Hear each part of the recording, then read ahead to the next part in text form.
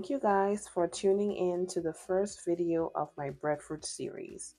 Breadfruit is widely used in Dominica, especially during the independence season, so I thought what better way to highlight my culture than to do a series on breadfruit recipes. First, we start by cutting the breadfruit into a half and then a quarter, and then we're going to remove the area which we refer to as the heart of the breadfruit.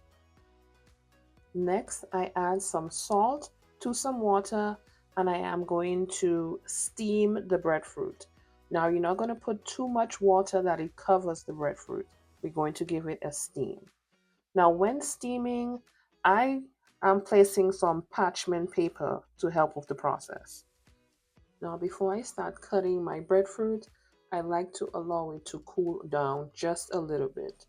Now, once it is cool, I'm going to go ahead and start to dice them. Here, I started dicing some pieces of the breadfruit and I'm just placing them into a glass bowl. And next, we start to put everything together. So for this, I went in with some diced egg as well. I diced 2 eggs. I'm also going to be adding some sweet relish, salt, mayo, mustard. I also add grated garlic, grated onion. I also go in with peas and carrots.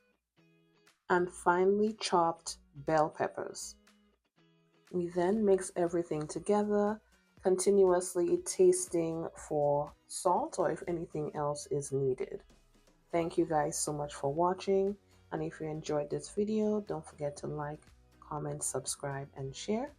And I look forward to you guys tuning in to the rest of the videos of my breadfruit series. Catch you guys in the next one. Bye!